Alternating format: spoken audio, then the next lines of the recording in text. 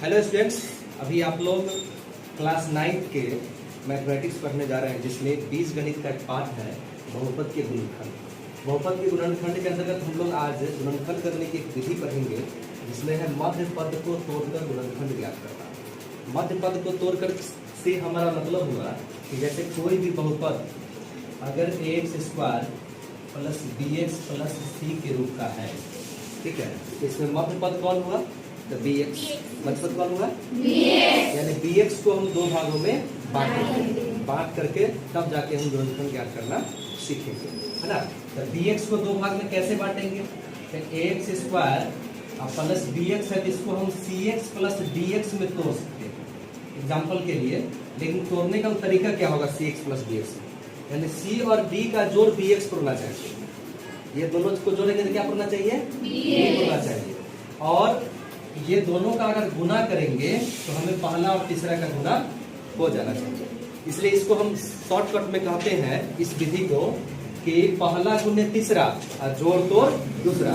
इसकी चर्चा हम लोग पिछले क्लास में किए थे। इसको हम क्या बोलते हैं कि पहला गुने तीसरा, पहला गुने तीसरा और जोड़ तोड़ दूसरा। इसको हम एक एग्जाम्पल से समझ सकते हैं। जैसे मान लीजिए कि एक क्वेश्चन है x² plus 6x plus 8, x² plus 6x plus 8। इसमें पहला पद कौन है? तीसरा पद कौन है? तो सबसे पहले हम क्या करेंगे, इसको बनाने के लिए हम एक रफ यहाँ तैयार करते हैं कि पहला गुने तीसरा यानी x² गुने 8, तो कितना पूरेगा? तो पहला और तीसरा का गुना हम कर लिए। अब उसके बाद मध्य पद की बात आई है ना, हम क्या पढ़ रहे हैं कि मध्य पद को तोड़ करके। तो मध्य पद के बारे में हम क्या कहें कि पहला गुने तीसरा और जोड़ तोड़ दूसरा। पहला गुने तीसरा जोड़ तोड़ दूसरा। जोड़ तोड़ का मतलब हुआ कि दूसरा पद को या तो जोड़े और नहीं तो तोड़े। जोड़े मतलब जोड़ और तोड़े मतलब घटाएंगे, है ना। यानी कि 6x को जोड़ करके हम ऐसे लिखे दो अंकों में, दो पदों में, इस तरह से cx प्लस dx के रूप में कि जोड़ करके 6x पुर जाए यानी पिछला पुर जाए, और गुना करके पहला और तीसरा का पुर जाए।